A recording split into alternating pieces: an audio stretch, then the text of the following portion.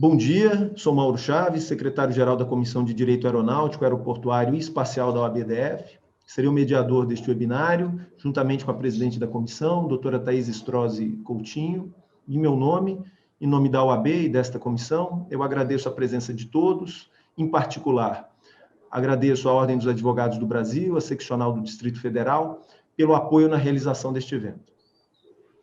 Agradeço também aos palestrantes por terem aceito o convite para participar deste webinário e agradeço à presidente da comissão, doutora Thaís Strozzi, e ao vice-presidente, o doutor Ian Grosner, bem como aos demais membros da comissão que prestigiam o evento. Antes de iniciar, eu quero registrar que a manifestação expressa pelos membros da Ordem dos Advogados do Brasil e pelos convidados que participam do webinário, juntamente com os palestrantes, representa exclusivamente a opinião dos seus autores e não necessariamente a posição institucional da Ordem dos Advogados do Brasil. O webinário é promovido pela Comissão de Direito Aeronáutico, Aeroportuário e Espacial da OAB-DF, tendo por objetivo debater a cobrança de IPTU nas concessões aeroportuárias. A finalidade é levar ao público a visão e as perspectivas dos palestrantes sobre o importante tema que está afetando o nosso programa de concessões federais, em grande medida, e não só do programa de concessões federais, mas também alguns programas de concessão estaduais. E a metodologia do evento será a seguinte: o presidente da comissão dará início aos trabalhos com a apresentação dos palestrantes, em seguida, cada palestrante fará uma exposição de aproximadamente uns 10 minutos, e concluídas as exposições, a palavra será aberta aos participantes do evento para a realização das perguntas. Peço que os interessados em realizar suas perguntas o façam por meio do chat, que está acessível no link aí abaixo, disponibilizado pelo aplicativo Zoom. E lembro também que o webinário está sendo gravado para posterior disponibilização e acesso ao público pela OAB do Distrito Federal. Com essas breves palavras, eu agradeço a todos, muito obrigado, e passo a palavra, então, à doutora Thaís. Por fim, antes que eu me esqueça, peço apenas que os palestrantes, ao longo da exposição dos colegas, deixem seus microfones desligados, por favor. Muito obrigado. Bom dia a todos, renovo os agradecimentos já feitos pelo Mauro. É uma grande honra recebê-los aqui no evento promovido pela comissão da OAB do Distrito Federal. E vamos já dar início apresentando nossa primeira palestrante, doutora Natália Rezende Andrade, que é consultora jurídica do Ministério da Infraestrutura, doutoranda na UNB, possui mestrado em Tecnologia Ambiental e Recursos Hídricos pela UNB, mestrado integrado em Engenharia e Gestão Industrial pela Universidade do Minho, em Portugal, possui graduação em Direito, Engenharia Civil e Ciências Contábeis. Doutora Natália, está com a palavra, muito obrigada, uma boa apresentação. Obrigada, Thaís. Bom, primeiramente, bom dia a todos. Uma felicidade muito grande, uma satisfação enorme estar aqui com vocês, grandes painelistas. Agradeço em nome do nosso Ministério da Infraestrutura, o Mauro, a Thaís, pelo convite, pela iniciativa. A gente vai discutir aqui um tema muito importante, o Mauro já colocou bem na sua introdução, e é um tema que nos preocupa, nos traz reflexões, e é sempre bom a gente debater num ambiente de tamanha expertise, com pessoas tão qualificadas. Tá? Então, eu agradeço muito o convite e parabenizo pela iniciativa. Bom, o que me coube aqui falar um pouquinho? Tá? Eu vou fazer uma pequena introdução de como que a gente chegou nesse ponto, né? De como está o nosso cenário atual e por que a gente tem essa preocupação, por que a gente vem discutindo muito isso. Para começar, acho que é sempre bom a gente relembrar, porque é um ponto fundamental de tudo isso que a gente está discutindo aqui, o que fala lá no artigo 150, inciso 6º, a linha A da Constituição.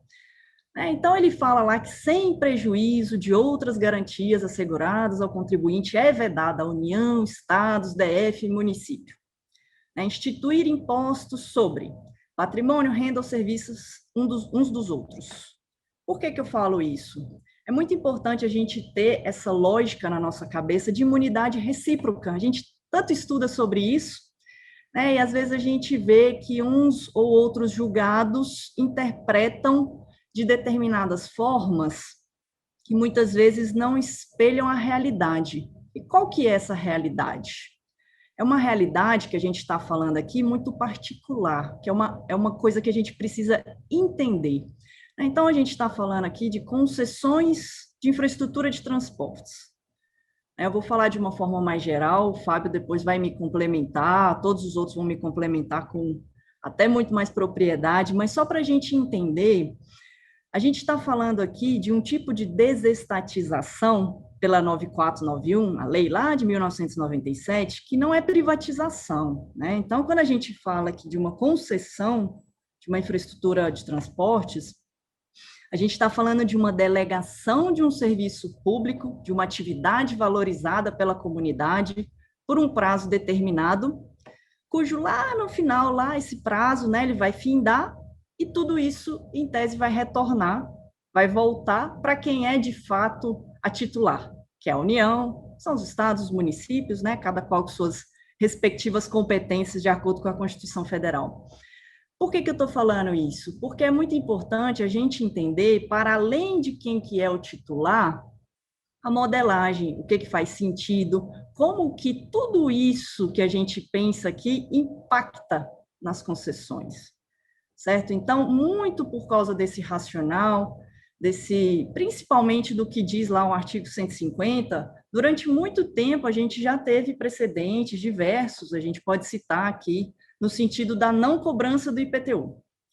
Então, se a gente for olhar lá, recurso extraordinário 253, 394 de 2002, 265749 de 2003, tem diversos aqui que a gente poderia citar, tanto no âmbito do STF quanto no âmbito do STJ. E o que eles diziam? Em suma, não vou ficar detalhando aqui muito não, porque eu acho que a intenção é a gente fazer um debate, uma discussão mais leve, mais aberta, né, de tudo isso. Em suma, eles falaram que, olha, esses imóveis da União explorados, seja por empresas estatais, seja por concessionários de imóveis da União, não vai incidir cobrança de IPTU. E aí, por quê? Por que eu não posso considerar esses sujeitos passivos do IPTU, né? Por que eu não posso considerar isso? Porque eles não exercem aquela posse que a gente fala do animus domini, né? Eles não têm o animus, a questão eu sou o dono, certo? Então, isso veio por um longo período, a gente tem vasta jurisprudência, vários precedentes, e em 2017 a gente observou 2 julgados especificamente, né, que transitaram em julgado em 2018, que mudaram um pouco essa lógica do que a gente está falando aqui, tá? E nosso sentimento que foi muito sem observar essas peculiaridades que a gente está comentando aqui. E às vezes até por não ter sido levadas pela União mesmo, que não fez parte desses processos, ou por não ter sido explorado com tantos detalhes quanto a gente está querendo, a gente está estudando, a gente está querendo levar novamente para reflexão, né? Então, são 2 recursos extraordinários, 594015 de 2017, que tem lá, de um lado a Petrobras, de outro o município de Santos, o recurso extraordinário 601729 de 2017, que tem de um lado a Barra Fora e o município do Rio de Janeiro. Qual que foi a conclusão, né? Disso saíram 2 teses de repercussão geral, que, a nosso ver, são, além de muito amplas, muito genéricas, elas não trazem a segurança jurídica que a gente precisa para o nosso projeto de concessão, que, como o Fábio vai comentar bem aqui, é muito robusto, um portfólio muito amplo. Então, a gente tem lá 2 teses que, tentaram, de forma geral, espelhar, mas, por outro lado, não trouxeram a segurança que a gente precisa para poder caminhar com isso que a gente vem pensando nesse aspecto. Tá? Então, se a gente olhar lá o precedente que envolve o setor de infraestrutura aeroportuária, que é o que a gente está discutindo mais aqui, que foi o da Barra Fora, a gente vai ver lá que tem lá como tese que incide o IPTU, considerado imóvel de pessoa jurídica de direito público, cedido à pessoa jurídica de direito privado, devedora do tributo. Então, o que a gente está pensando agora, a gente pode detalhar mais ao longo desses nossos debates aqui de hoje. Primeiro, isso é irrefutável, existe essa lógica da titularidade da União enquanto a competente para prestar esses serviços, que pode ela mesma prestar, ela pode delegar a uma empresa pública, ela pode delegar a um privado, mas no limite ela é a titular. Então, tem muito esse aspecto da imunidade tributária recíproca que a gente fala, por isso que eu comecei com isso. E um segundo aspecto, que aí perpassa, inclusive, o nosso mundo tributário, que é um aspecto muito importante que a gente está estudando, que a gente vai tentar desenvolver mais, no âmbito até do grupo de trabalho que foi mencionado, um aspecto econômico, um aspecto de modelagem, de entender que isso, no limite, não é simplesmente você falar que dentro de um aeroporto você não cobra e fora você cobra e isso prejudica a competitividade. Não, é da gente conseguir entender, conseguir passar que uma vez que você faz essa cobrança, você está impactando de uma certa forma na própria modelagem, nas receitas acessórias, complementares. Isso gera, no limite, várias repercussões. Então, citando aqui de uma forma genérica, a gente pode onerar, não só no setor aqui, né, no setor aeroportuário, mas a gente pode onerar o próprio usuário, né, no limite, com a questão das tarifas, a gente pode diminuir a outorga, se a gente for pensar num próximo leilão, a gente pode, no limite, não proporcionar aquela infraestrutura para o usuário, ou seja, a gente pode sobrecarregar um modelo que, no fim, não será devidamente prestado para o usuário, que é o que a gente pretende. Então, na nossa visão aqui, a gente quer ter uma perspectiva muito além de uma disputa entre União, Estado, Município, União e município. A gente quer ver o usuário, nós, cidadãos. E para isso a gente precisa entender tanto a lógica tributária da imunidade, que tem lá na Constituição, do que diz o CTB, de toda essa discussão sobre posse precária, ânimos domini, isso tudo que a gente está falando aqui, e também a lógica peculiar das concessões que a gente faz, tá? Que seja para conseguir, no limite também, restringir o que seria um serviço público, o que seria uma atividade econômica estrito sensu. Eu já adianto que eu não gosto muito dessas divisões, até porque para mim é tudo atividade econômica, de certa forma, tá? Mas a gente sabe que a gente tem essas discussões e estamos enfrentando.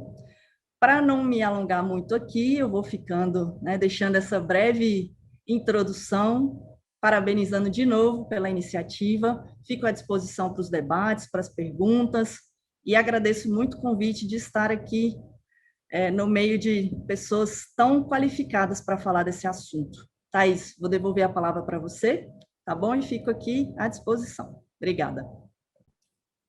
Obrigada, Natália, pelas suas considerações iniciais, muito importantes aí para o setor, é muito importante saber da preocupação do Ministério e da visão de vocês com olhar para o futuro. Vou passar a palavra, então, para o Diogo Henrique de Oliveira, que é formado em Economia, especialista em Comércio Exterior, Negociações Internacionais e Câmbio pela Fundação Getúlio Vargas e mestre em Ciências Econômicas pela Universidade de Brasília. Foi ministro do Planejamento, Desenvolvimento e Gestão de 2016 a 2018 e presidente do BNDES de 2018 a 2019. Atualmente é diretor-presidente da ANEA, Associação Nacional de Administradores de Aeroportos. Bem-vindo, Diogo. Passo a palavra para você e, mais uma vez, obrigada. Obrigado, Thaís, mais uma vez. Agradecer e parabenizar a iniciativa. E já começo agradecendo as palavras da Natália, que foram muito elucidativas e muito adequadas. O que a gente está vendo nesse caso do IPTU é mais um desses casos que aflige tanto a segurança jurídica no Brasil, né? Em um dos votos, se não me engano, do ministro Barroso, ele próprio reconhece: olha, estamos aqui mudando o entendimento do STF sobre essa matéria. Né? Então, assim, ou reescreveram a Constituição, ou a gente está falando de uma coisa completamente, digamos assim, contrária à lógica da segurança jurídica. Porque não é possível que a Constituição dá um entendimento até um certo dia e daquele dia para frente agora o entendimento mudou. E a gente vive isso no Brasil, lamentavelmente. permanentemente, né? Esse caso do IPTU, ele para mim é uma coisa bastante singela. A Natália mencionou o artigo 150 da Constituição, é a imunidade recíproca. Não há que se tergiversar sobre isso. O imóvel concedido, né, ou arrendado, no caso dos portos, ou qualquer que seja a figura jurídica adotada para permitir a atuação de uma parceria público-privada, né, ele não elide a propriedade do imóvel. O imóvel continua pertencente à União, seja um aeroporto, seja uma rodovia, né? Então, não há como se falar em cobrar IPTU sobre a União. E no caso das concessões aeroportuárias, por mais que se tente cobrar o IPTU, né, se tente atribuir a cobrança do IPTU à concessionária ou ao varejista que ali está, isso será objeto de reequilíbrio do contrato e será transferido para a União. Ao fim e ao cabo, ou diretamente ou indiretamente, a União é que arcará com esse custo, porque nas novas concessões, esse custo já está sendo embutido, né, no cálculo do valor da concessão. Então, indiretamente, a União vai receber menos valor de outorga, porque todos os participantes do leilão, né, já começaram a considerar a possibilidade dessa cobrança. E nos contratos mais antigos, né, no caso dos associados aqui da ANEA, essa cobrança não era prevista no contrato. Portanto, se ela se efetivar, haverá naturalmente pedido de reequilíbrio e a União é que vai arcar com esse custo. Portanto, direta ou indiretamente, esse IPTU vai recair sobre a União, o que é um absurdo do ponto de vista constitucional, que é explícita, não cabe interpretação nesse artigo. Não há o que se interpretar. E é importante que exista isso, porque se essa moda pega e a União começa a tributar os bens dos municípios, começa a tributar a renda dos municípios, né? As pessoas não têm conhecimento disso amplamente, mas você sabia que o imposto de renda dos servidores públicos estaduais e municipais é retido pelos entes? Agora, você imagina se a gente reverte isso. Quantos bilhões e bilhões de reais esses entes vão ter que recolher para a União? Então, assim, a gente começa a brincar, né, aqui no Brasil com os conceitos das coisas e não percebe o tamanho da confusão que está sendo criada.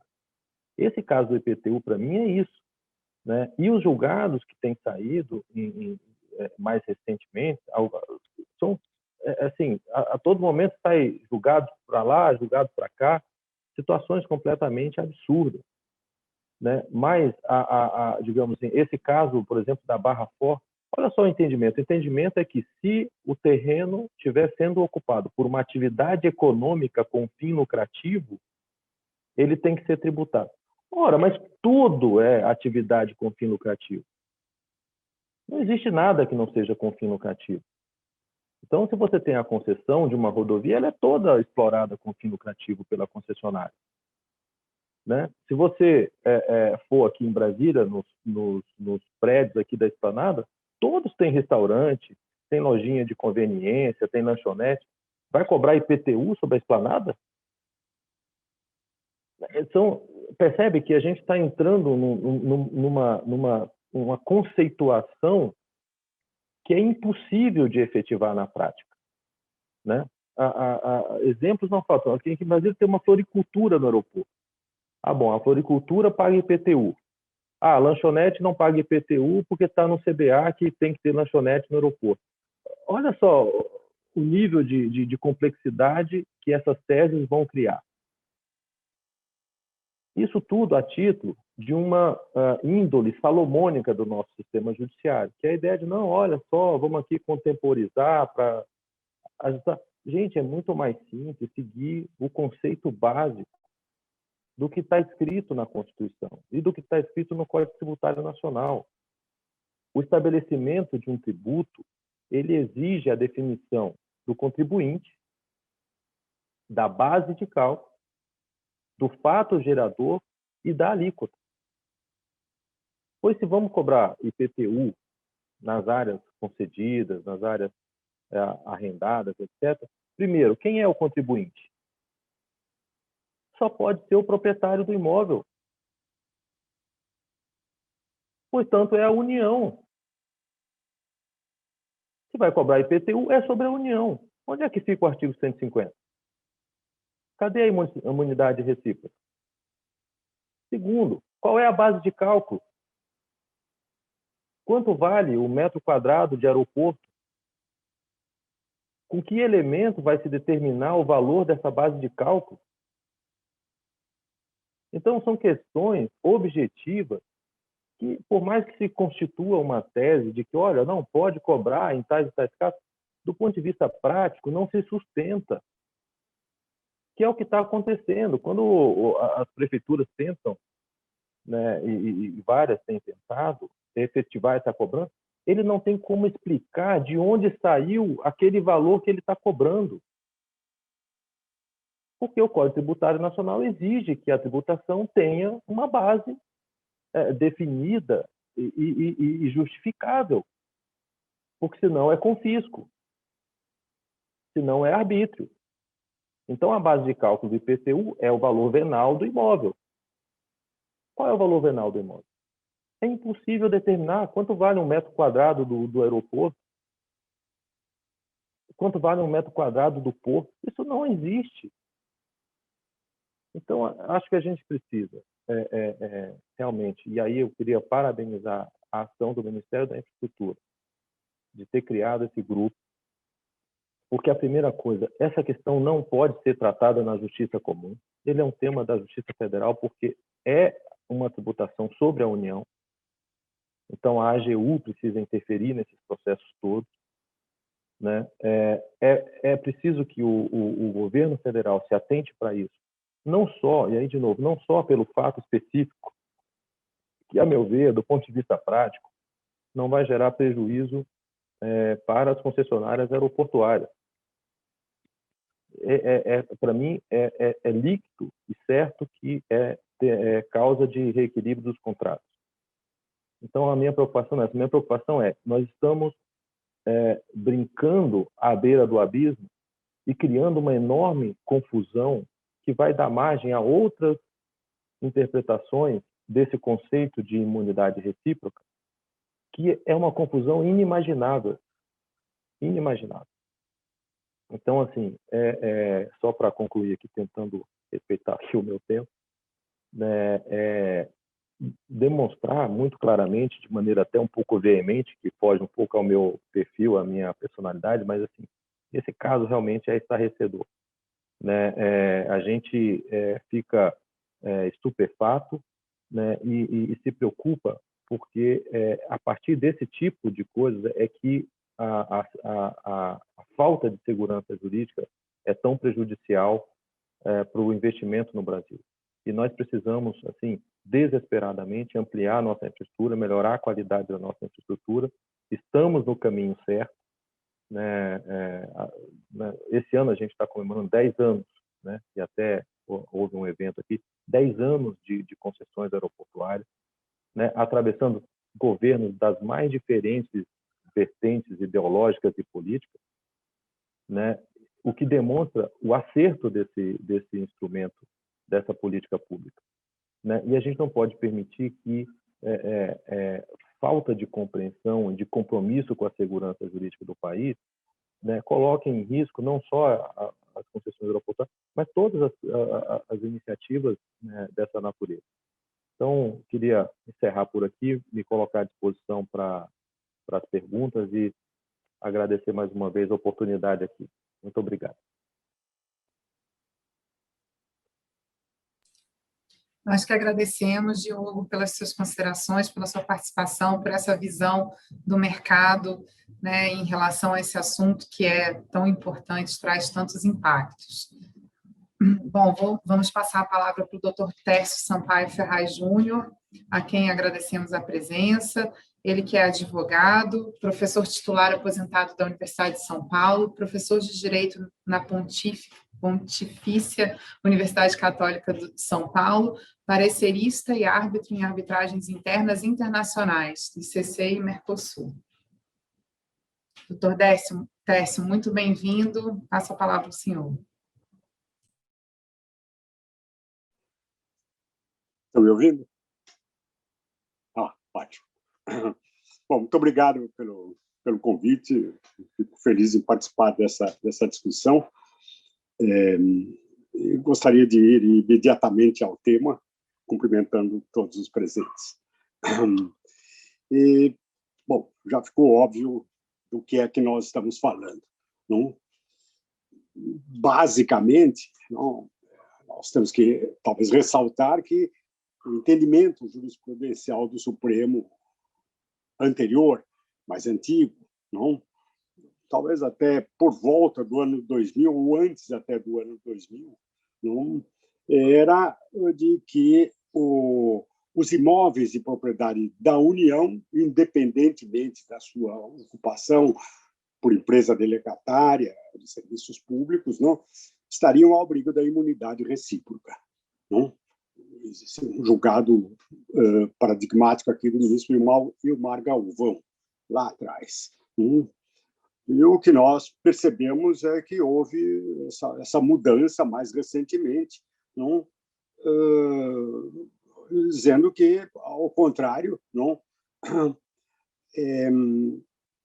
deveriam sofrer a incidência do imposto, do IPTU particularmente, não, aquelas concessões ou aqueles serviços públicos efetivamente concedidos.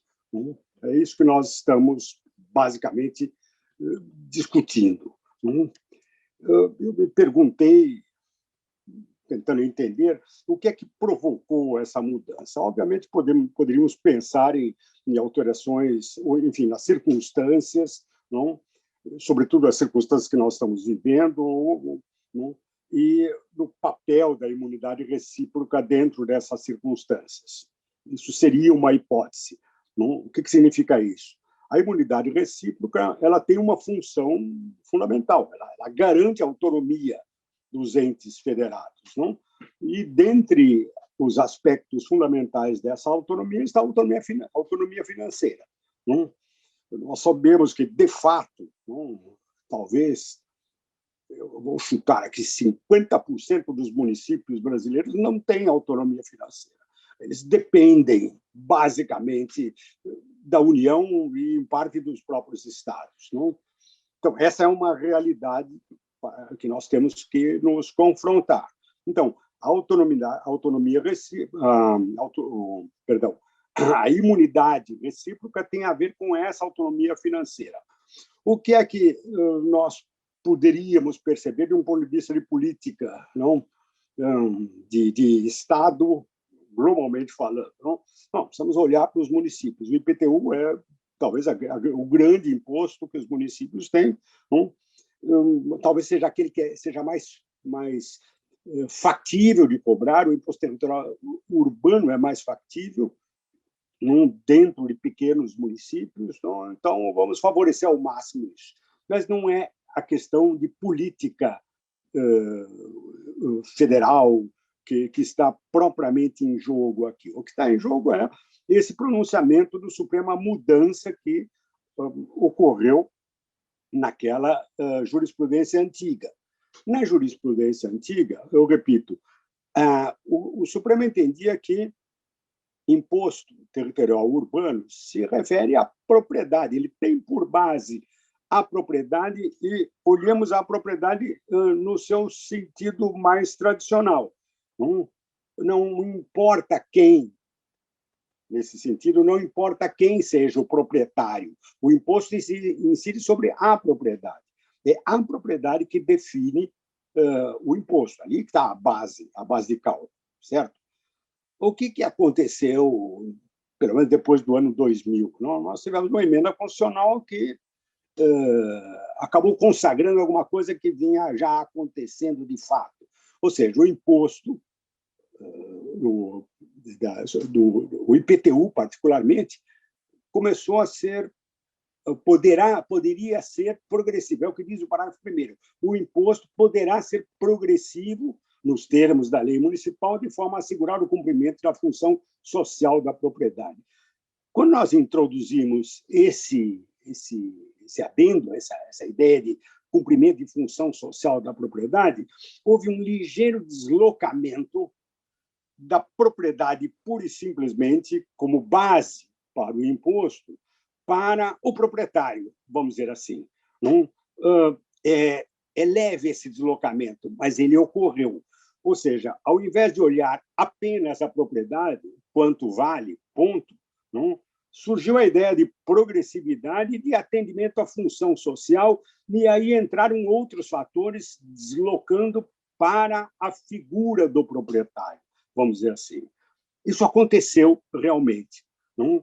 E talvez os novos julgados não são explícitos nesse sentido, mas me parece que o que está por detrás dessa nova visão do IPTU para atender à autonomia dos municípios está esse deslocamento da propriedade stricto sensu para essa propriedade com função social e, portanto, para a figura do proprietário. E aí, o que é que vem em função disso? Não? Começou a discussão. Não? Quem é o proprietário? Não? Se é o prestador de serviço, a própria União, não? Aqui nós não temos dúvida. Aí se confunde propriedade com o prestador, e o prestador é imune. O prestador é imune. Não? Então, não haveria problema. Aí começaram a surgir os problemas. E como é que eu faço? Como é que eu lido, por exemplo, com as autarquias? No caso de aeroportos, a Infraero. Não, se ela explora, não, quem explora? É ainda a União ou é a Infraero? E como é que eu lido com a Infraero? A resposta tranquila, pelo menos até agora, no Supremo, é a Infraero está fora. A Infraero é a União. Não? Portanto, olhando para a figura do proprietário, Infraero é União. Não? Só que aí veio a terceira fase. Não? E quando o concessionário é pessoa jurídica de direito privado? Isto é, quando é empresa, não? Como é que nós lidamos com isso? Aqui eu tenho uma terceira figura quando olho propriedade, proprietário. Não? Foi nesse ponto que surgiu essa questão de como lidar com essa figura que é de direito privado, mas está prestando um serviço que é de direito público. Em que medida o proprietário, que é um agente privado, e, portanto, obviamente visa lucro, não é, em tese, o caso da Infraero, mas no caso do concessionário o lucro é inerente à prestação desse serviço. Como é que fica essa figura como extensão, por assim dizer, da União e para poder ou não entrar dentro da imunidade recíproca? Quando nós olhamos os nossos doutrinadores, não? Eu estou pensando, por exemplo, aqui no professor Humberto Ávila, o Sistema Constitucional Tributário. Não? Ele diz com todas as letras: concessionárias não são favorecidas pela imunidade recíproca, porque atuam com finalidade recíproca. Isso é um doutrinador, não é o Supremo. Não? Por que ele chega a essa conclusão? Não? Aqui entra o problema de como entender a prestação de serviço público em termos de direito administrativo e constitucional. A razão pela qual ele chega a essa conclusão é a de que a concessão administrativa existe quando o concessionário assume o risco do negócio, podendo receber uma contraprestação de modo a ter direito, então, ao equilíbrio econômico-financeiro. Isto é, a ideia forte aqui é se existe esse direito a equilíbrio econômico-financeiro, que está dentro da Constituição. Equilíbrio econômico-financeiro olha para o lucro. É óbvio que, para o concessionário, aquilo é risco. e se é risco de negócio que visa a lucro.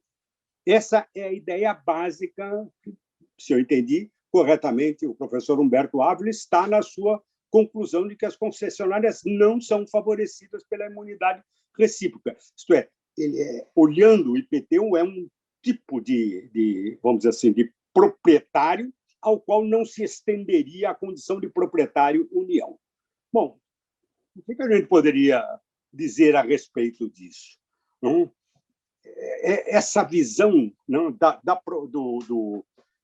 do serviço público em termos administrativos, não, fazendo, por assim dizer, uma distinção entre a União, ou, enfim, o Estado, na sua pureza, prestando o serviço, ou mediante delegatários, não?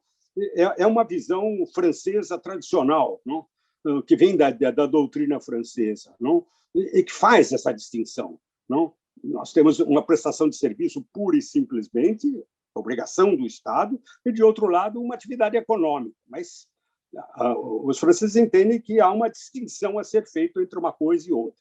Pois bem, o que a gente poderia dizer contra essa tendência, não, é de que a atuação do concessionário, na visão que nós temos hoje, século XXI, não, essa visão francesa vem do século XX até do século XIX, lá atrás ela começou, mas enfim, que olhando para o século XXI, a atuação do concessionário é instrumental para o Estado e para a sociedade. Nesse sentido, não seria propositado admitir que a concessão não acarreta que o serviço público seria desempenhado por conta e risco de um particular. Isso não é verdade na situação que nós conhecemos hoje, isto é, aquela doutrina francesa não se aplica inteiramente, não é mais assim. Não, ou seja, não cabe dizer que o sucesso ou insucesso do concessionário seja irrelevante para o poder concedente. Não é assim. A concessão é mais do que uma relação contratual. Ela é um meio para a realização dos valores funcionais fundamentais. Não? Ou seja, nessa concepção, que me parece mais adequada ao século XXI, o objetivo do lucro existe, mas ele é um objetivo indireto do concessionário. O objetivo imediato e direto é a prestação de serviço público satisfatória para o interesse público. É disso que se trata. Não? Ou seja, aquela distinção entre serviço público pura e simplesmente e o lado econômico, o serviço como uma prestação de ordem econômica, não se sustenta inteiramente. Não? Nessa visão, o Estado continua a ser o titular do poder de prestação de serviço e o concessionário até atua perante terceiros como se fosse o próprio Estado. Não? Nessa prestação de serviço público, a própria sociedade civil aparece até como um polo da relação jurídica. Ela também tem que ser atendida. Não? Portanto, pensar em atribuir ao interesse privado do delegatário a relevância central na concessão não me parece o caminho mais correto. Não? O aeroporto, por exemplo, no caso, é patrimônio afetado à satisfação de um fim. Não? Ou seja, o patrimônio, essa afetação do patrimônio ao serviço produz uma estrutura indispensável à execução das atividades que são de interesse público. Não? Nessa visão, nós talvez devêssemos entender um pouco diferente ou até mesmo interpretar aquilo que vem sendo dito na nova jurisprudência. O que é que diz a nova jurisprudência? Ela insistiu na questão do objetivo de lucro, mas foi um pouquinho mais. Não? No caso, por exemplo, lá atrás da Petrobras contra o Rio de Janeiro, o que foi dito é a Petrobras é uma empresa, é uma empresa pública, mas ela é economia mista, não tem um interesse básico do Estado ali por detrás, mas ela concorre. Ela é uma empresa que concorre, e a Constituição aí é clara.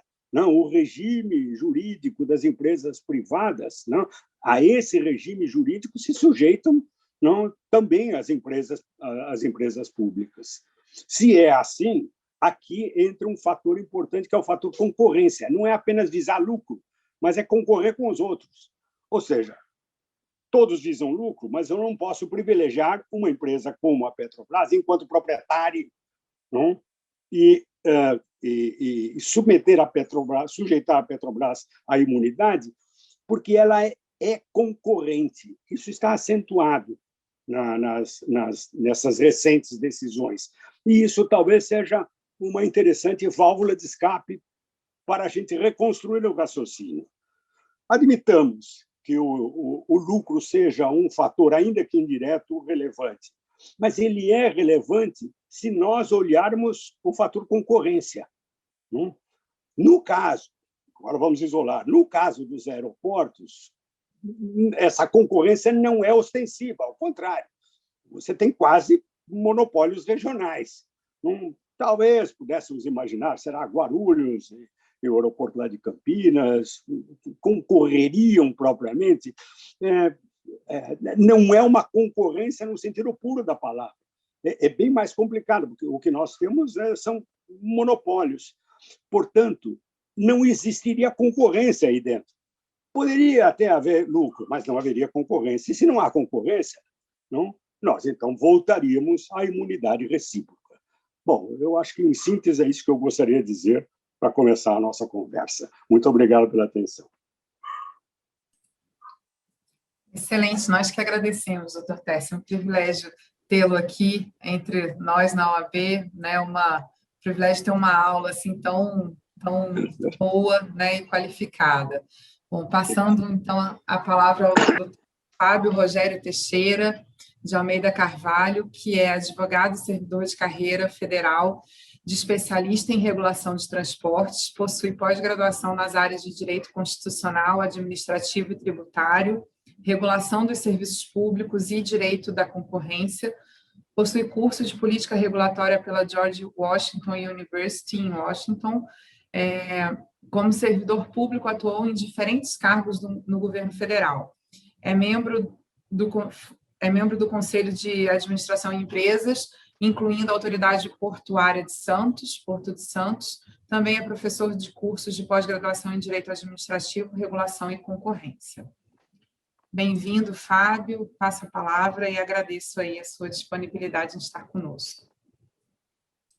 Muito obrigado, Thaís. Estendo a minha saudação a todo mundo. É uma satisfação encontrá-los aqui e poder falar desse tema tão importante para a gente no dia de hoje. Tá? Vou ser bastante objetivo em razão do tempo que a gente tem, né, e do que já foi colocado. É um desafio extra falar depois de todo mundo, né? Eu acho que os principais pontos já foram muito bem abordados, endereçados, né, pelas pessoas que com muita competência que me antecederam, mas eu preciso trazer uma reflexão do efeito sistêmico dessa decisão, e eu acho que é isso que é a nossa contribuição no debate no dia de hoje, né? Ocorre que é importante avaliar que, quando você tem o processo de concessão, o portfólio de concessões, existem dois braços fundamentais. Um é o braço operacional, do operador, de quem executa aquele serviço. Mas existe também o braço, que é fundamental, e sem ele não existe o processo da concessão, que é o braço financeiro. Quem traz o dinheiro para esse tipo de negócio, né? É quem financia investimentos em infraestrutura, que todos nós sabemos aqui que são investimentos muito caros, em que, né, você tem muito tempo até o turning point, quando que efetivamente começa a virar receita. Então, esse ponto sempre é muito sensível. Ocorre que o investidor, né, e são poucos os investidores, se você for pensar em termos de mundo e capacidade financeira, ele sempre olha para ativos de infraestrutura que não são necessariamente do mesmo setor. Então, você tem um braço financeiro que investe em infraestrutura, quer saber de rodovia, quer saber de porto, quer saber de ferrovia e quer saber de aeroporto, né? Então, esse é o tipo de diálogo, esse é o tipo de cenário quando a gente está falando da necessidade de atração de investimentos e da importância da segurança jurídica. Quando a gente comenta que, né, o quanto isso é importante, o quanto o Ministério tem se preocupado com isso, toda questão que importa a um setor e que traz reflexos também a outro setor passa a ser objeto da nossa atenção, e por isso mesmo, né, a gente acaba tomando algumas medidas nesse sentido.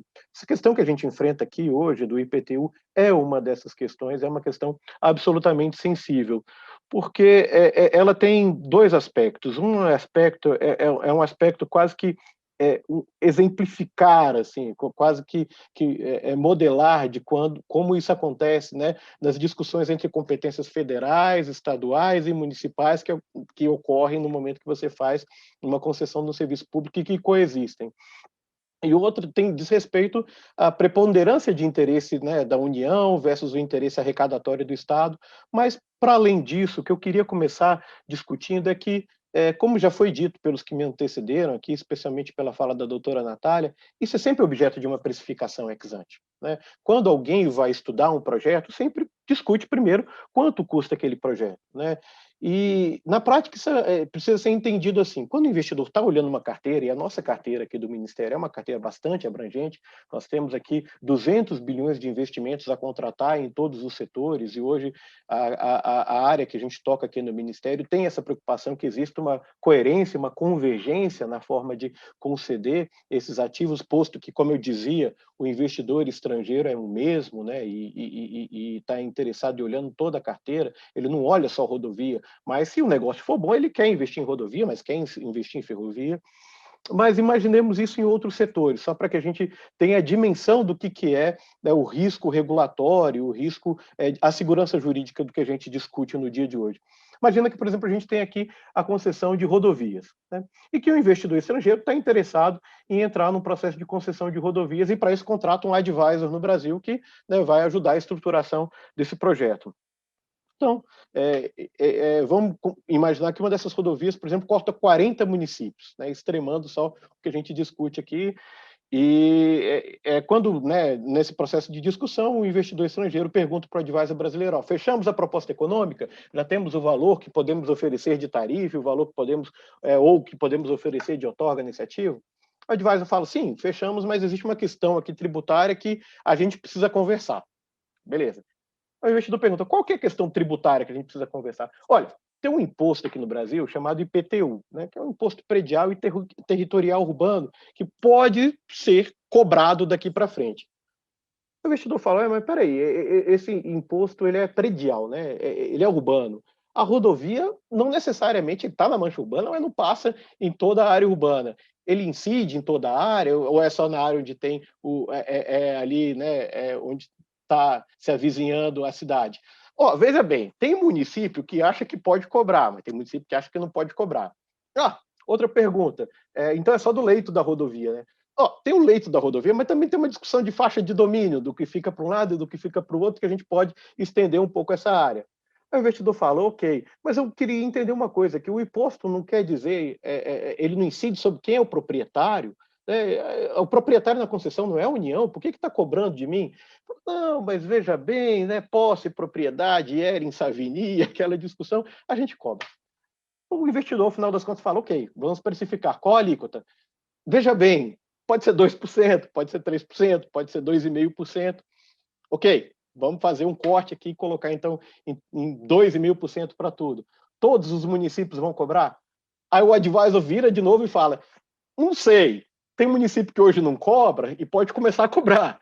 Tem município que cobra, que pode parar de cobrar. Olha a complexidade que esse tipo de matéria traz no momento de uma elaboração de proposta. Muita gente ou desiste, nesse caso, ou então pensa o seguinte: ok, vamos botar um gross-up na minha proposta, né, de um valor para cobrir esse risco que eu estou identificando agora. E é exatamente isso que acontece no momento em que ele vai bidar no leilão. Ou ele poderia oferecer uma tarifa menor, mas tem que oferecer uma tarifa maior, porque precisa cobrir esse risco, ou, se é o caso de outorga, né, ele poderia pagar por aquele ativo um valor maior, mas ele tem que pagar um valor menor, porque isso está precificado. Esse é o risco de quando a gente fala de segurança jurídica. Essa matéria que a gente enfrenta aqui, né, e eu dou um exemplo com rodovia, porque todos esses setores, de uma maneira ou de outra, são afetados por esse tipo de discussão, é que fica causando uma sensação de como é difícil, né, trazer um investidor estrangeiro para o Brasil e explicar esse tipo de coisa. Imagina, em rodovia nós estamos falando lá de 7.750 quilômetros já concedidos e um pacote de mais 15 mil quilômetros para conceder,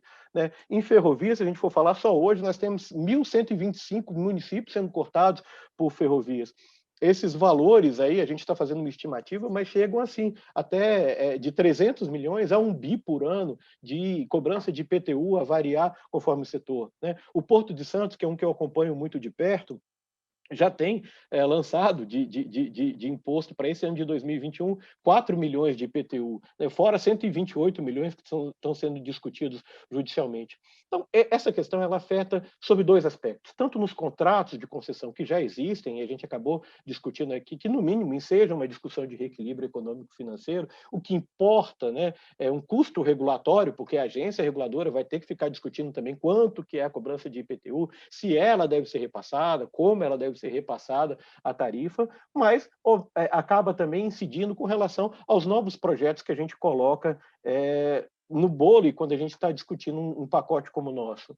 Então, por isso é que a gente tem uma preocupação muito grande, e o Ministério tem tido uma preocupação muito grande com qualquer questão que seja sensível, né, à alocação de risco contratual e à definição de regras muito claras.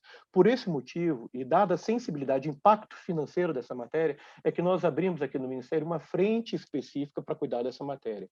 Eu acho que vale aqui, então, dizer que há um trabalho já, né, sendo conduzido, tá, no âmbito de um grupo de trabalho que foi constituído no final do mês de fevereiro, que vai avaliar, né, o custo, então, e o impacto que esse tipo de medida pode trazer para todo o setor, para fazer uma manifestação técnica que indique, né, e pelo menos traga discussão à nossa Advocacia Geral da União, se vale o ingresso ou se não vale o ingresso, com relação ao impacto sistêmico que esse tipo de tese pode trazer. Esse grupo, é importante que se noticie, ele já está funcionando, né? Já tivemos a oportunidade de conversar com as associações, né? Diogo já esteve conosco numa participação muito interessante, trazendo alguns desses pontos, conversamos com a BCR, com a NTF, com a associação também que representa os portos brasileiros, isso tudo para entender qual que é o impacto, como dimensionar isso e como equacionar essa situação, posto que é um pressuposto para o Ministério da Infraestrutura assegurar a segurança jurídica e dar confiabilidade, estabilidade, previsibilidade nos contratos em que a gente coloca nessa carteira que, volto a dizer, tem 200 bilhões de investimentos a serem contratados. E olha, eu quis trazer aqui só uma discussão do aspecto técnico do que a gente coloca aqui, né? Antes, se a gente fosse falar em aspecto jurídico, podia falar da preponderância do interesse nacional, né, que a gente tem ali a necessidade do interesse da manutenção dos contratos, da boa-fé administrativa, preponderando ao interesse meramente arrecadatório do município, que é um interesse local, mas que não é o interesse necessariamente da União e do Estado, esse tipo de matéria. Isso tudo para uma reflexão que a gente precisa ter e precisa passar também para os municípios com muita claridade, né, do que a gente faz, que no final do dia isso onera toda a cadeia. Né? A gente não pode tratar hoje as concessões, né, como tempos atrás a gente tratava o erário como uma viúva rica que tinha dinheiro para gastar. Né? As concessões não são essa viúva rica que tem dinheiro para gastar, mesmo porque se gasta, cobra do usuário de alguma maneira ou imputa essa cobrança ao usuário de alguma maneira. Então, já cumprindo aqui o tempo que estava reservado para mim, eu agradeço imensamente a oportunidade, estou absolutamente à disposição para continuar aqui debatendo com vocês. Muito obrigado. Obrigada a você, Fábio. Obrigada pelas suas considerações que demonstram aí toda a preocupação do Ministério com esse assunto, com o impacto nas concessões, que de fato é enorme. E, Diogo, levantou a mão, por favor, pode fazer suas considerações. Queria só aduzir um comentário adicional, para que não haja nenhuma confusão. Ninguém está arguindo imunidade para a concessionária, nem para as lojas, nem nada disso. A questão aqui é a imunidade da União, tá certo? Todas as concessionárias hoje recolhem normalmente o ISS, por exemplo, né? Que a Infraero, por exemplo, não recolhia em seu tempo, e não recolhe ainda nos aeroportos que continuam sendo administrados pela Infraero. Eu não vou entrar na discussão porque acho que também tem aí de novo um equívoco sobre a natureza dos tributos. A minha questão aqui é sempre a natureza do tributo chamado IPTU. Tá certo? O IPTU ele é um imposto sobre propriedade. A gente sabe, existem os impostos, né, sobre renda, sobre bens, né, e sobre propriedade. O IPTU é um imposto sobre propriedade. É o que está escrito na Constituição. O caso né, dos aeroportos é muito específico nesse particular, porque não há a menor dúvida de que o custo final econômico de qualquer cobrança de IPTU será arcada pela União, como explicou aqui o Fábio, a Natália. Não há a menor dúvida. Havendo a cobrança de IPTU, essa cobrança será repassada à União, ou diretamente, através de reequilíbrio econômico, ou indiretamente, através da redução dos valores pagos em termos de outorga para as novas concessões. E o que é lamentável nisso é que, no caso de novas concessões, o cálculo será feito pelo pior cenário possível. Então, vai-se, né, estimar que todos cobrem a alíquota mais alta possível e vão pagar o menor valor possível para a União. Né? Então, assim, de novo, a minha linha de raciocínio é sempre assim, a gente respeitar a natureza do tributo. Né? O tributo chamado IPTU, ele é um imposto que incide sobre o proprietário. Quando você aluga um imóvel de sua propriedade, né, as pessoas às vezes se confundem com isso. Ah, não, mas eu sou locatário, eu pago o IPTU. Não, você não está pagando o IPTU, você está assumindo o IPTU do proprietário por meio contratual. Né? Você incorporou aquilo no seu custo de aluguel, mas aquilo não altera o contribuinte. O contribuinte é o proprietário do imóvel. E, de maneira alguma, o contribuinte do IPTU deixará de ser o proprietário, porque, se assim acontecer, ele perde o liame com a origem, né? Com a designação do tributo. Né? É claro que, né, o mundo jurídico cabe bastante ficção jurídica, né? Mas, nesse caso, seria um pouco absurdo cobrar IPTU de alguém que não é o proprietário do imóvel. Né? E é isso que está acontecendo, é isso que vem aparecendo nesses julgados mais recentes, numa mudança de interpretação, né? Uma mudança de jurisprudência, né? Que só traz insegurança jurídica, só traz dificuldade. E, repito, não, em momento algum aqui, estou questionando a questão da imunidade para o concessionário por ser prestador de um serviço público. Né? Eu concordo, né, e isso já está em vigor, a concessionária ela não é ente público, ela é um ente privado, né, e está sujeita aos tributos, né, próprios, né, dos entes privados. Então, pagam-se todos os outros tributos, diretos e indiretos. Agora, o imposto sobre propriedade não é cabível pela natureza do tributo e pelo fato da Constituição prever a imunidade entre os entes federativos. Como bem salientou o professor Terra, a imunidade recíproca entre os entes de uma federação é base fundamental para o bom funcionamento da federação, porque garante, né, que os entes não adotarão uns contra os outros medidas retaliativas a partir da tributação. Né? Isso é uma segurança para o bom funcionamento da nação. Né? E me preocupa quando ações, decisões, julgados começam a erodir esses limites. Né? Essas coisas elas são né, muito preocupantes do ponto de vista da organização da sociedade. Né? Existem várias outras decisões desse tipo que são preocupantes e que geram graves problemas. Né? Toda a parte, por exemplo, de financiamento, de empréstimos entre os entes públicos, foi completamente implodida por decisões judiciais que inviabilizaram as execuções das garantias prestadas pelos entes uns para os outros. Ora, se você tem uma garantia que não pode ser executada, o que você faz da próxima vez? Você não empresta mais. Então, essas coisas vão criando um ambiente, né, de insegurança nas relações entre os entes gravíssima. Né? E exemplos, assim, a gente poderia aqui fazer um outro seminário só sobre esses temas. né, de decisões e de conflitos federativos que vão sendo agravados pela insegurança jurídica, né? E esse caso, me parece que deve ser enquadrado nessa natureza. É mais um conflito federativo do que um conflito com a concessionária. Eu já expliquei. Do ponto de vista da concessionária, ou seja, um novo entrante ou um incumbente, não vai ter custo. Vai ser repassado para a União ou vai ser repassado para o usuário, conforme o Fábio também mencionou. Então, era só para esclarecer esse ponto, né? E, mais uma vez, agradecer aqui, ficar à disposição aí e pedir desculpas por ter usado demasiado tempo aqui. Imagina, ótimas contribuições. Mauro, eu passo então a palavra para você para conduzir essa parte final dos comentários e perguntas dos colegas que estão nos assistindo. Já temos 2 perguntas aí, uma no chat, uma no Questions and Answers aí. Muito bom, obrigado, Thaís, pela palavra. Agradeço muito aos palestrantes.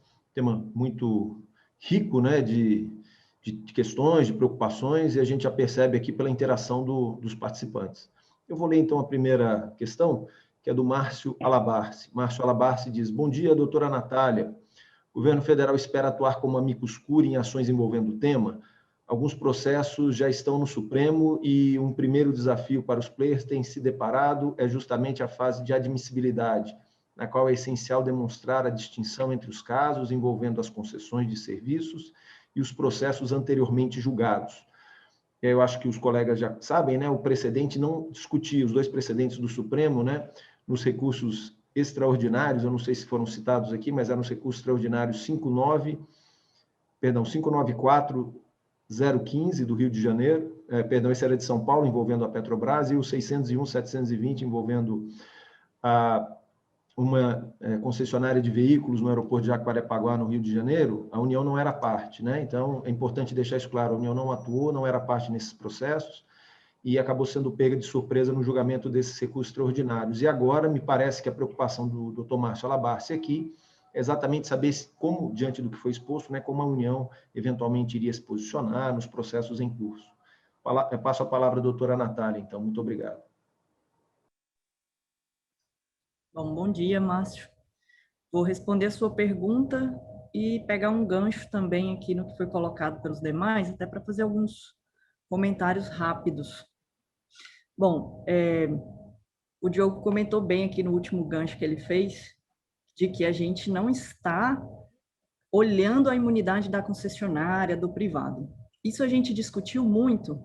E aí, Márcio, para te responder também, quando transitou em julgado, lá em 2018, esses 2 recursos extraordinários, que o Mauro destacou novamente, a gente ficou muito preocupado. Na época, eu particularmente estava no PPI, era uma preocupação muito nossa, o ministro Assis também estava lá à época, e a gente também já tinha iniciado algumas discussões com as associações, e às vezes perguntavam isso para a gente, né? Poxa, mas aí vocês estão falando de imunidade de concessionária, de privada. Gente, não é isso, de jeito nenhum. A gente está falando aqui de uma imunidade recíproca baseada no artigo 150, aquilo tudo que a gente já comentou.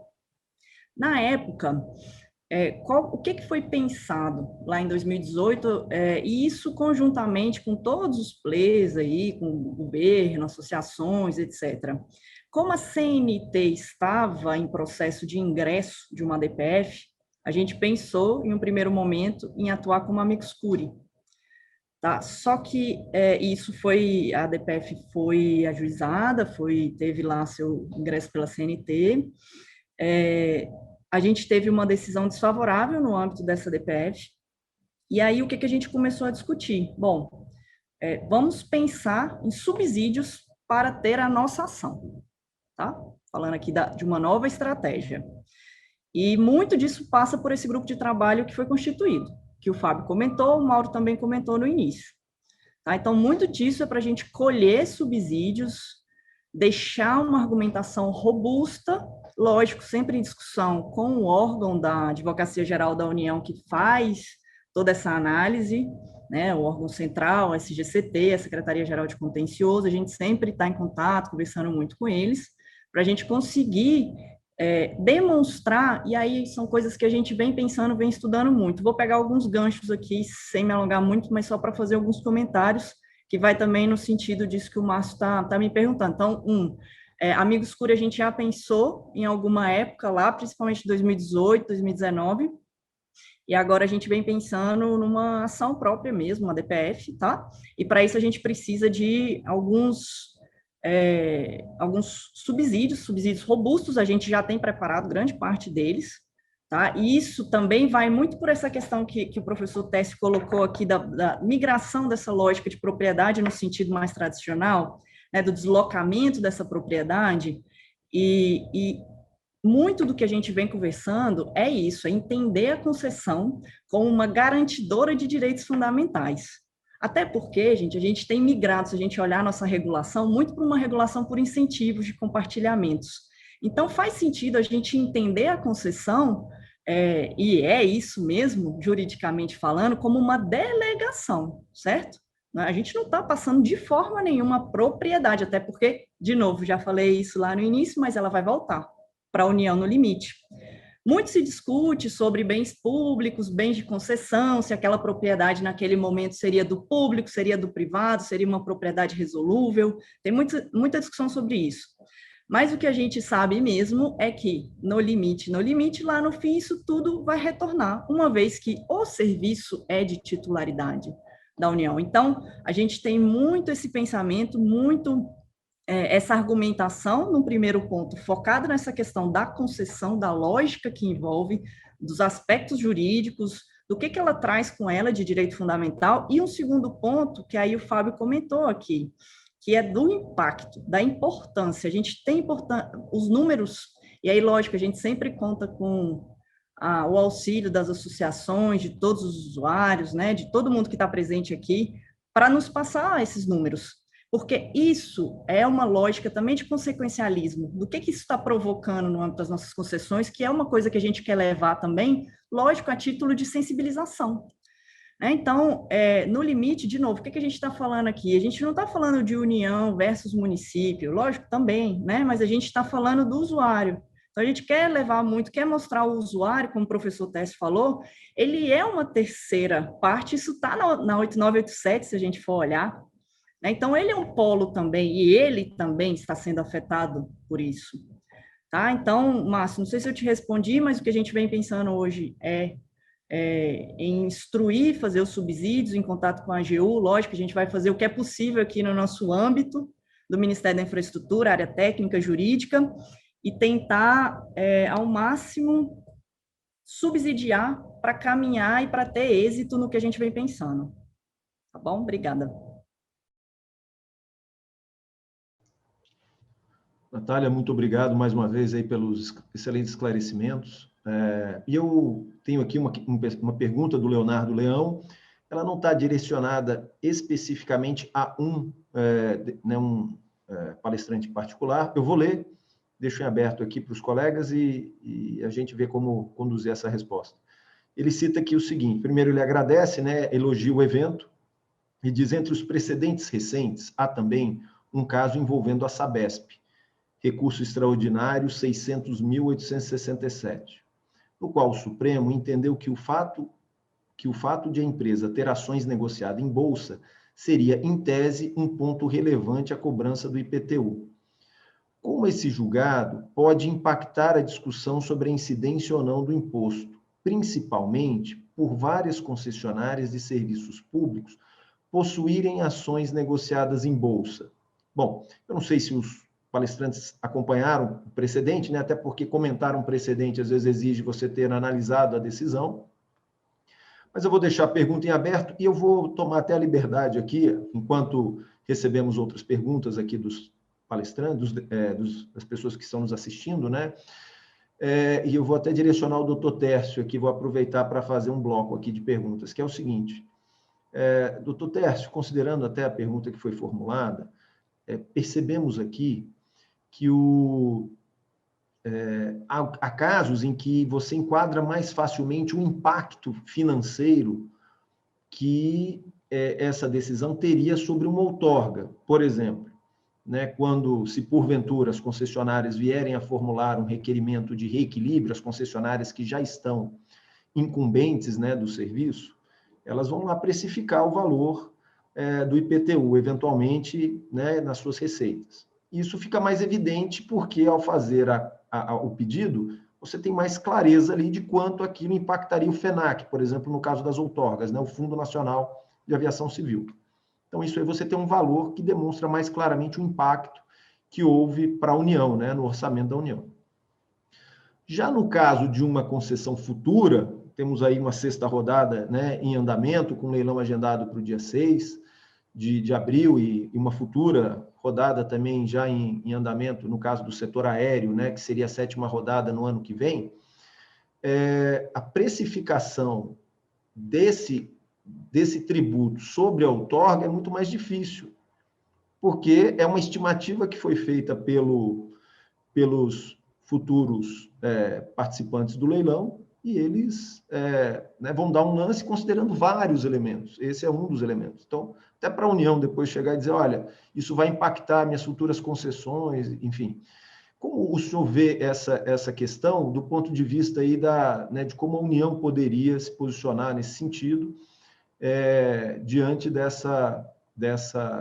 desse problema para as concessões futuras, né? Queria trazer essa reflexão aí e deixar essa específica para o senhor e deixar aqui a outra pergunta do Leonardo Leão sobre essa decisão do Supremo no caso da Sabesp, que envolve as ações negociadas em bolsa, em aberto aí para quem tiver interesse em responder. Muito obrigado.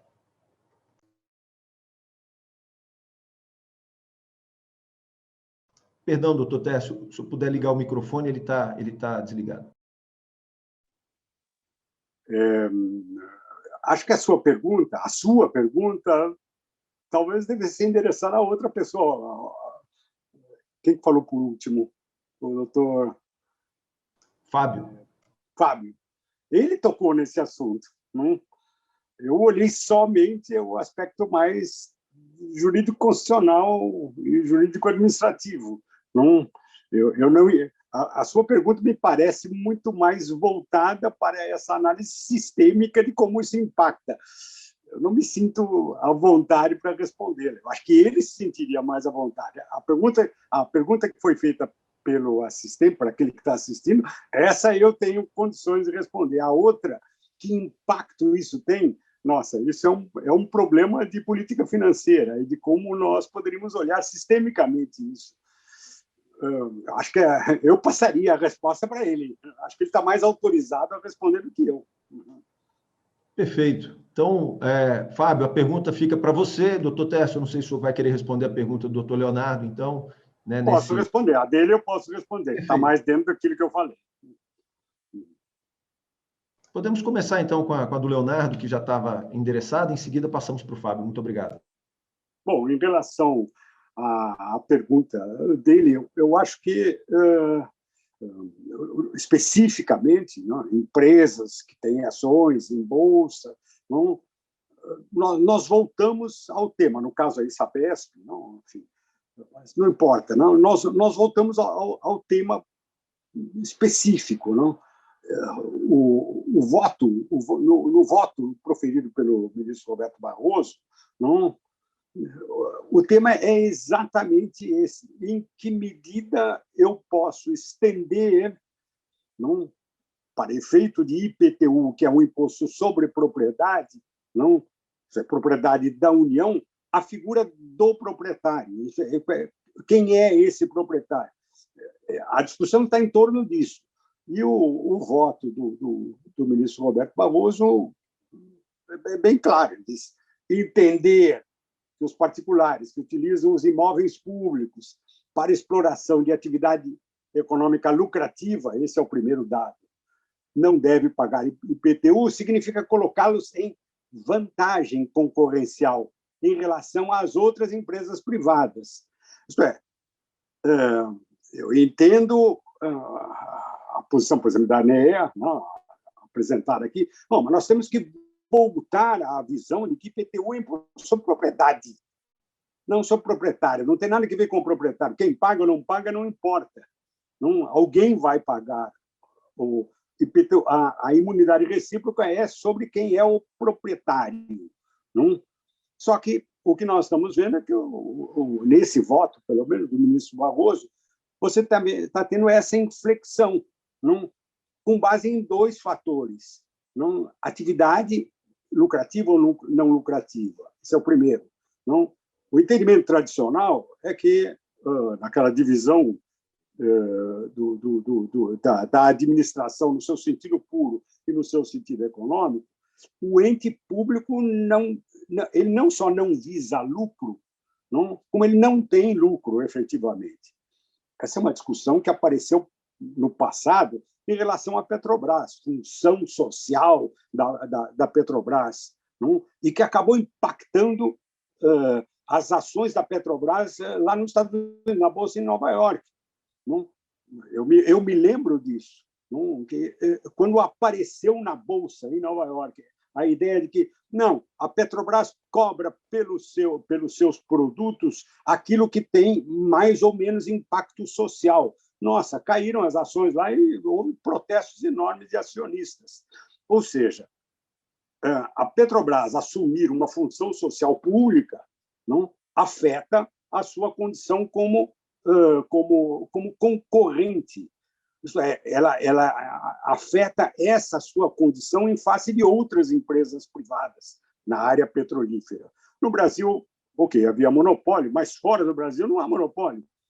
E isso essa afetação que chamou a atenção, então, do ministro Barroso. Ele falou assim, olha, eu não posso dar vantagem concorrencial em termos de IPTU para uma empresa que efetivamente briga com outras. Acho que esse é o ponto.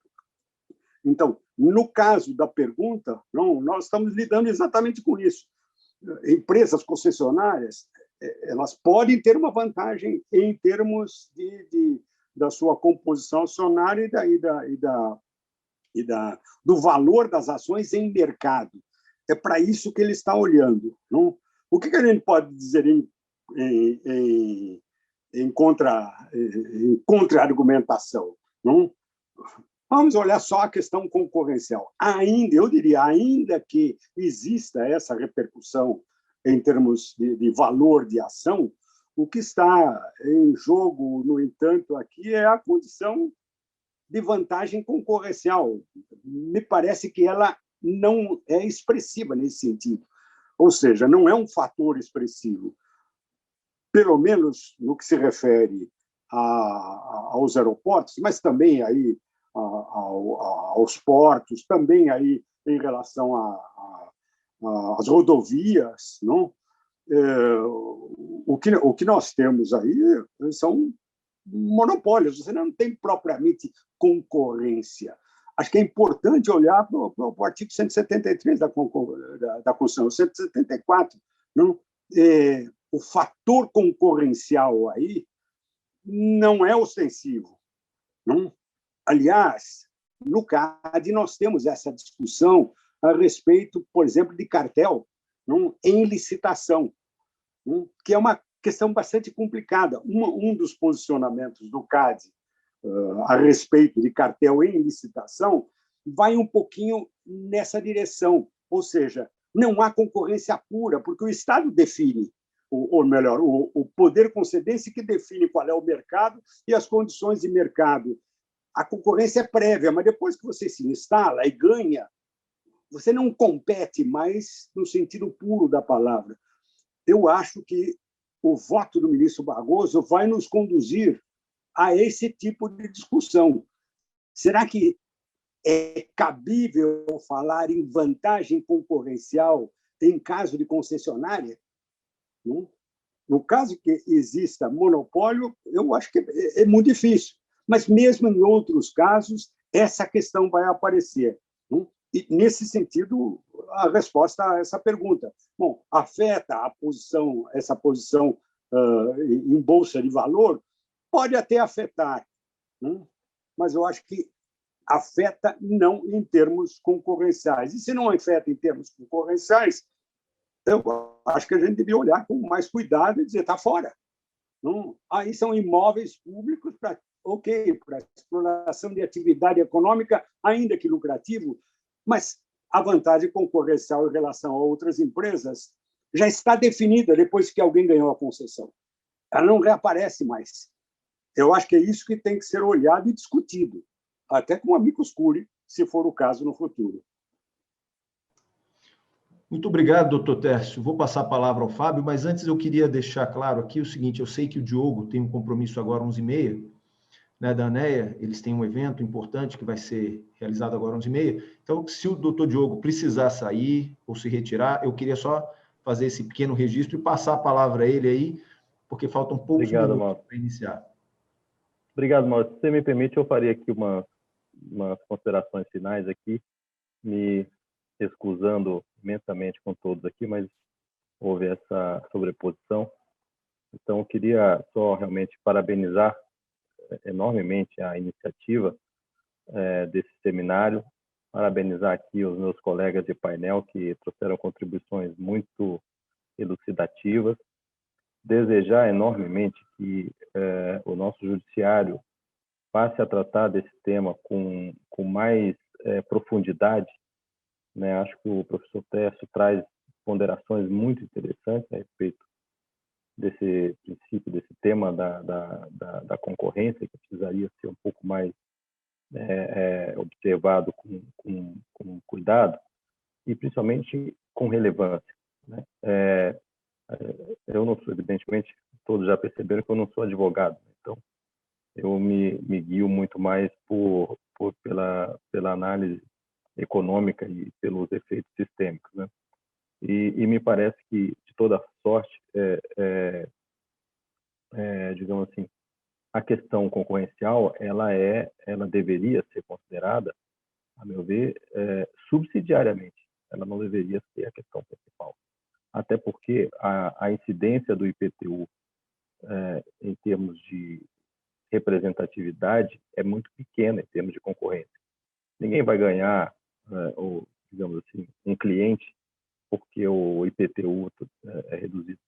E insisto, a minha tese, acho que a gente teria uma solução sistêmica muito mais simples e singela se a gente simplesmente olhasse a natureza do tributo e parasse de inventar problemas onde não existe. E pelo contrário, daí é que estão surgindo os problemas. Me parece o viés dessas decisões não sinceramente, um viés interpretativo puro da legislação e da Constituição. É um viés de tentar, de alguma maneira, socorrer os municípios, porque se entende que os municípios têm ali dificuldades financeiras. Existe uma decisão no Rio Grande do Norte que é deste patamar, né? O juiz vai e diz assim, não cabe a cobrança. E depois ele dá uma imagem dizendo, olha, mas como o município não está podendo nem pagar os salários, não sei o que lá, cobre-se, pague. Então, assim, me parece que a origem dessas teses não é uma origem pura, né? É uma origem de tentar, de alguma maneira, através da decisão judicial, reequilibrar o balanço federativo. De novo, me parece que isso mais atrapalha do que ajuda. Isso, na verdade, tira as discussões federativas de onde elas deveriam estar, que é o Congresso Nacional, e traz para um âmbito completamente inadequado, que é o Judiciário, né? E a guisa de tentar ajudar, na verdade, vai atrapalhar muito mais, né? Então, assim, eu acho que esse seminário aqui está sendo ótimo para a gente elucidar um pouco mais essas questões, né? E eu realmente rogo que o grupo que foi criado pelo Ministério da Infraestrutura, né, nos conduza a contribuições efetivas da União nesse debate, porque, a meu ver, ao fim e ao cabo, o que está sendo discutido é um conflito federativo. Não tenho a menor dúvida de que estamos tratando de um conflito federativo. E cabe, certamente, à União participar desse debate. Super obrigado, Mauro. Parabéns para você, doutora Thaís. Muito obrigado, parabéns também. Parabéns a todos os meus colegas aqui do painel. E um abraço a todos aí. Mais uma vez, desculpas por ter que sair um pouco antecipadamente. Um abraço a todos. Tchau, tchau. Obrigada mais uma vez. Bom, com isso, podemos passar a palavra ao doutor Fábio para que ele responda o questionamento e, em seguida, vamos conduzir, eu imagino, já para o encerramento aí do nosso evento, até porque estamos dentro daquele horário já previamente ajustado. Muito obrigado. Ok, obrigado, Mauro. Você bem objetivo no que a gente estava falando aqui. Primeiro, para endereçar um pouco essa questão do efeito sistêmico, eu vou tomar um ponto que o professor Técio nos trouxe, que é muito interessante, que é a questão concorrencial quando a gente trata desse ambiente da prestação do serviço, né? E lembrando que aqui existem dois momentos distintos, né? Quando se fala em concorrência, existe a concorrência no mercado, quando você tem dois agentes ou mais agentes que, né, concorrem na prestação daquele serviço, que não é natural para processos de monopólio natural, como é a exploração de infraestruturas, de forma que o que existe no lado de cá é a concorrência pelo mercado, a concorrência que acontece no momento da licitação, no momento do leilão, em que se precifica, né, a proposta e se define quem é o vencedor dentro de regras que estão estabelecidas. Quando a gente falava de efeito sistêmico, problema com a segurança jurídica, e isso também envolve um problema concorrencial que diz respeito ao momento da elaboração dessa proposta. Se você tem bases diferentes e conceitos diferentes, o exemplo que eu trazia para vocês aqui, lá do IPTU, numa rodovia, como precificar isso? Se você tem alguém que fala, não, olha, não vou colocar no preço que eu vou oferecer nesse leilão a cobrança de nenhum IPTU, ele tem uma condição de oferecer uma tarifa. Agora o outro que, de repente, é mais zeloso com a proposta, tem mais cuidado, fala, se essa conta pode vir para mim, eu já vou colocar o valor. Ele não está competindo na mesma base, né? Então, a competição na mesma base, especialmente quando a gente trata de monopólios naturais em contratos de concessão que vão durar 30, 35, né? Tem um caso de 69 anos, é o caso do contrato da Ferrogrão, eles ainda ganham uma importância muito maior e muito mais severa. Daí, eu acho que isso traz muita ideia de como esse efeito sistêmico de uma interpretação de uma cláusula em um contrato também replica e acaba acontecendo nos outros contratos. A forma como você estabelece uma lógica para precificação e alocação desses riscos, de modo que todo player, todo licitante, todo interessado possa olhar para aquele ativo e dentro de um mesmo conjunto de regras, saber como ele pode precificar, né, coloca todo mundo na mesma base que permite uma concorrência pelo mercado melhor, né, mais acirrada, em melhores condições, e que depois permitem também uma regulação melhor, né? Por outro lado, se não existe concorrência no mercado, é por isso que existe a figura do regulador, para coibir, equilibrar um pouco melhor essa força do monopolista quando está explorando aquele serviço que é um serviço de interesse público, uma prestação mesmo direta de serviço público. Então, em poucas palavras, eu acho que é esse o ponto quando a gente fala do efeito sistêmico, quando olha para a carteira toda, que foi o que eu falei na minha primeira fala, mas segundo ponto, eu acho que precisa ficar muito claro isso, né? Estabelecer claramente esse tipo de regra e falar o perigo que essas interpretações trazem, né, para as carteiras, né, de concessões, é algo que a gente tem que ter em vista. Quando eu falava de investidor estrangeiro lá no início, é importante lembrar que o cara não está só olhando o Brasil. Quem tem dinheiro está olhando uma carteira de projetos no mundo. Está olhando a concessão da sexta rodada de aeroportos, mas está olhando uma concessão na Índia, está olhando as concessões de rodovias na Colômbia, né? Ele busca ativos de infraestrutura, né, que garantam um lucro associado a uma prestação de serviço conforme regras pré-estabelecidas. Regras que, para que ele possa cumprir, ele precisa entender no momento que ele vai participar do edital. E esse tipo de insegurança, esse tipo de incerteza não contribui para que esteja todo mundo na mesma base e extraia o melhor potencial econômico de cada um desses ativos no momento do leilão.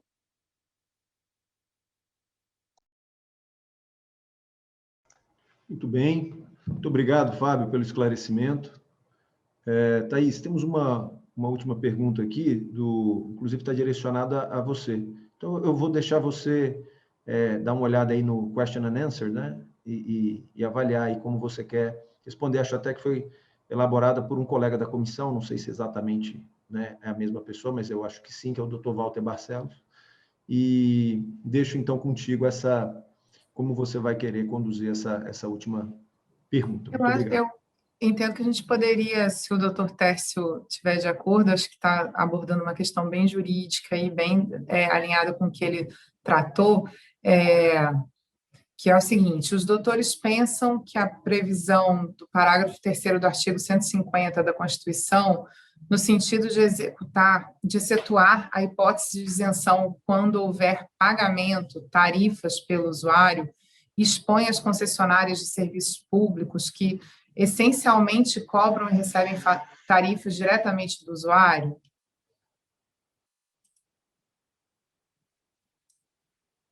Essa é a pergunta.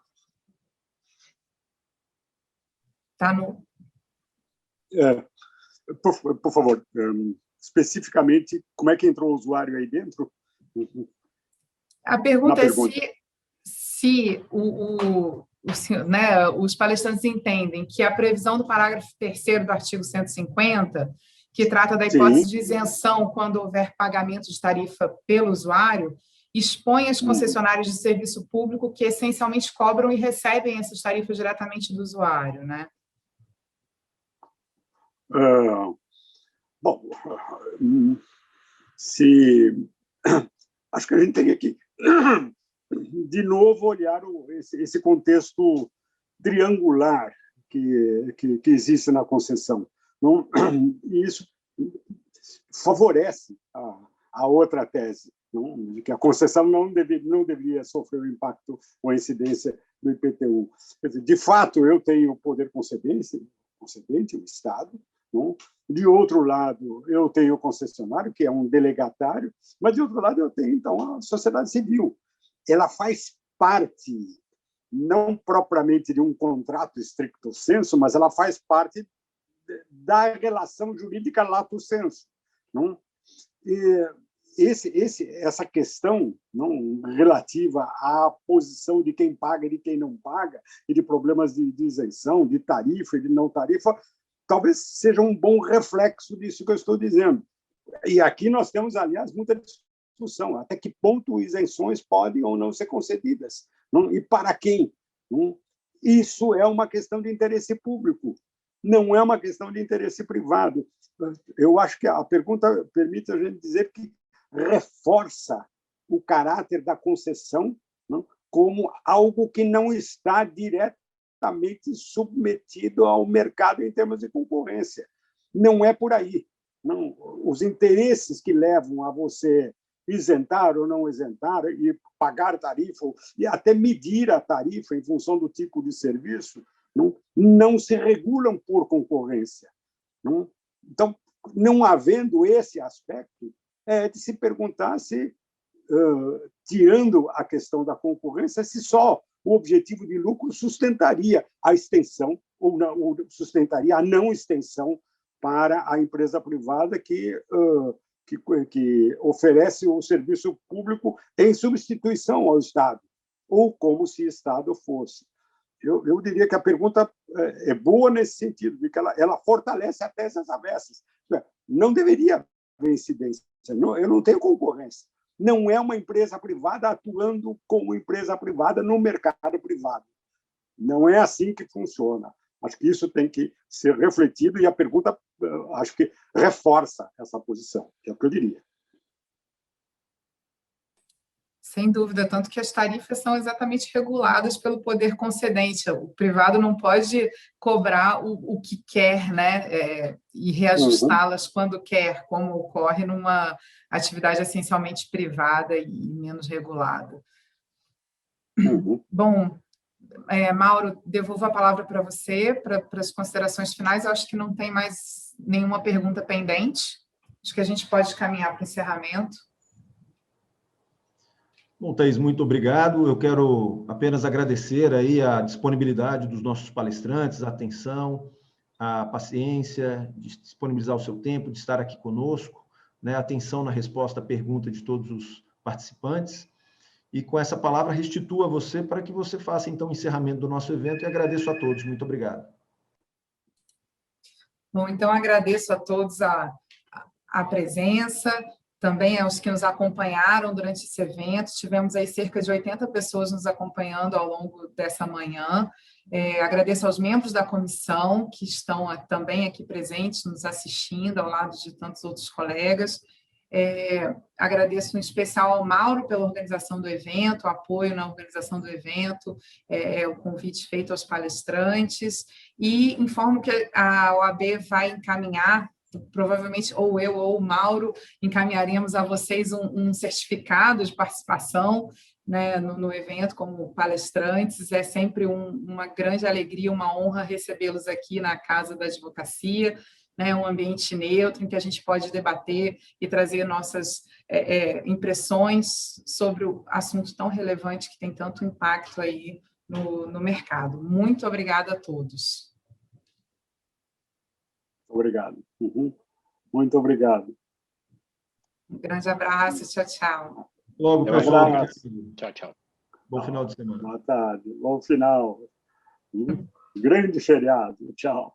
Tchau, tchau.